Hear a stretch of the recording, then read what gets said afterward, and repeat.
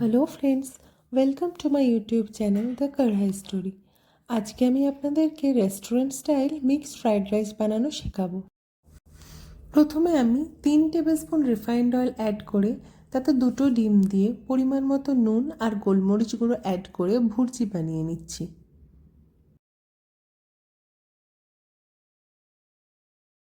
তারপর আরও 2 tablespoon refined oil add করে চিংড়ি মাছকে আমরা নুন আর গোলমরিচ দিয়ে ভেজে তুলে রাখবো। এখানে খুব বড় সাইজের চিংড়ি মাছগুলোকে আমি কুচি করে নিয়েছি। চিকেনকে আগে থেকে কুচি করে ভিনিগার মাখিয়ে রেখেছিলাম।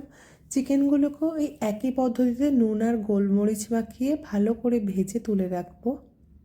আমি এখানে আরও 1 টেবিলস্পুন রিফাইন্ড অয়েল অ্যাড করেছি, আপনারা চাইলে বাটারও অ্যাড করতে পারেন। তাতে আমি 2 টিস্পুন রসুন কুচি, 2 টিস্পুন আদা কুচি, স্প্রিং অনিয়নের সাদা অংশ কুচি অ্যাড করেছি। তারপর একে একে সমস্ত ভেজিটেবলসগুলো অ্যাড করব। গাজর, বিনস, ক্যাপসিকাম 2 মিনিট ভালোভাবে ভেজে তাতে নুন আর গোলমরিচ অ্যাড করে আগে থেকে ভেজে রাখা ডিম, চিংড়ি মাছ আর চিকেন ভাজাটাও অ্যাড করে দেব।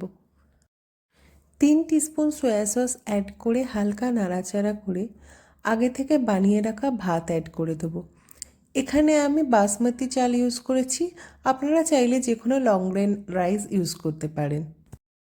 তারপর হালকা হাতে নাড়াচাড়া করতে হবে, লক্ষ্য রাখতে হবে যাতে ভাতগুলো ভেঙে না যায়।